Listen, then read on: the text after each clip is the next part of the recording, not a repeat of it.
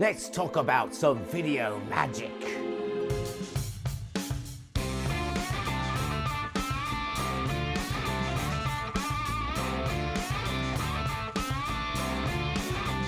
Hey, what's up everybody? My name's Tobias Monk from Lit Video Productions. We make epic videos for epic companies, and today I want to talk about some video magic white balance. That's right, understanding your white balance and how you can get different looks just by changing the white balance of your camera without having to change your lights. So what brought on this episode? It was Christmas time, I was opening some gifts, and there was one under the tree from my brother to me, and it was Hagrid's new hut. It was going to go with my Lego collection that I have. And looking on the wall, I realized there is no more room for it. So I had to take everything down. But you know what? This was a perfect opportunity to go ahead and shoot some cool looking stuff. What we're talking about today is I did two different looks, and basically just by using your daylight color temperature lights and using tungsten or maybe just a little warmer 2900 degree Kelvin light, you can get some different looks. So my first look that I did my camera white balance was at 5600 degrees Kelvin. ISO was at 500. Why I did ISO at 500? Because on the C200, apparently, when you're doing stuff with a lot of dark shadows, you want to do a lower ISO to do your auto black balance. That way, your dynamic range actually steps more into the negative, so you can pick up those lower levels better. So you can pick up those lower levels better.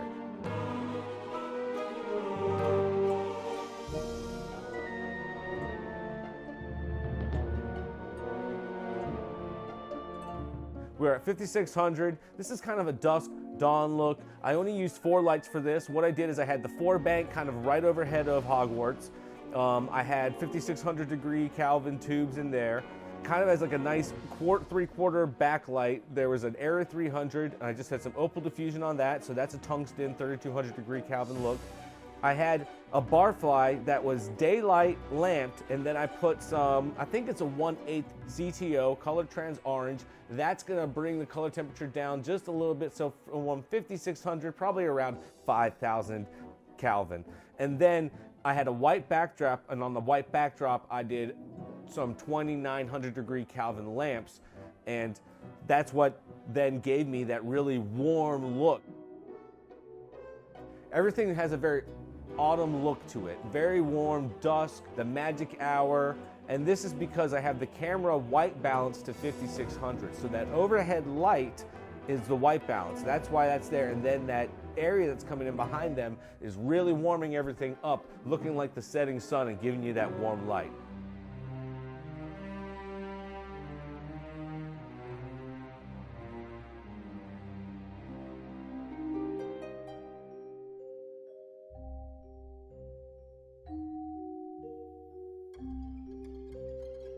Now, let's talk about look number 2. I wanted to go for a nighttime look, so what could I do to do a nighttime look? The easiest thing to do is just go ahead and take your camera's white balance, and I went from 5600 and I took it as low as I could, which I believe was 2150 is the lowest I could go in the camera by manipulating it myself, and that made my 5600 lights turn really, really, really blue and really rich.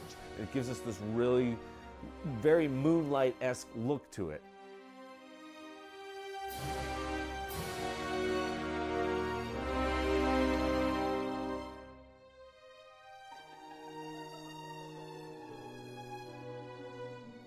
This one I switched it up. I have still the 4 bank overhead, but I think I only used 1 tube in it. I still had the Arri 300 with an opal. I got rid of the fill light and I just put in a fill board, and then I have a kicker, and it's a kicker because the light's a little low to the floor. I had some 5600s. I did a black backdrop since it's nighttime, and then just to add a little zhuzh to the lights inside the Great Hall of Hogwarts, I took an Arri 150 and shone that through there, and then I had some opal and a little orange diffusion inside of there just to warm it up so it looked like there were some lights on and stuff.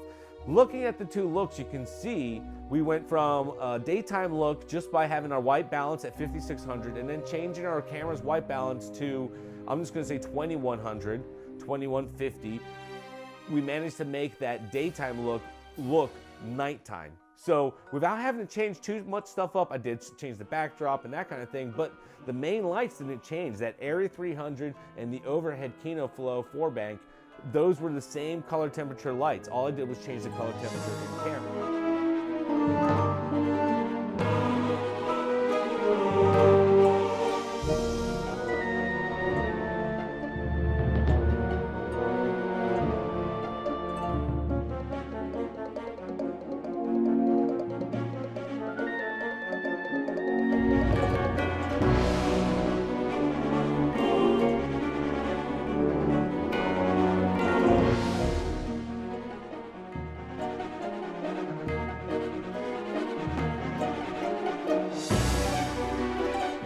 This is a little more of an advanced camera technique, lighting technique, but I feel it's cool to touch on so that you can start playing around with it and understand it, because then that'll make your overall stuff just gonna be freaking awesome. I hope everybody found something informative today, and you're gonna try out some of these techniques next time that you're just doing something at home with some product or whatever. You can be like, oh, let's do a little night look this way, we can do a little daytime look this way, and just so you understand what you're doing with the camera just a little more, using the existing stuff that you have without having to gel anything up to an extreme.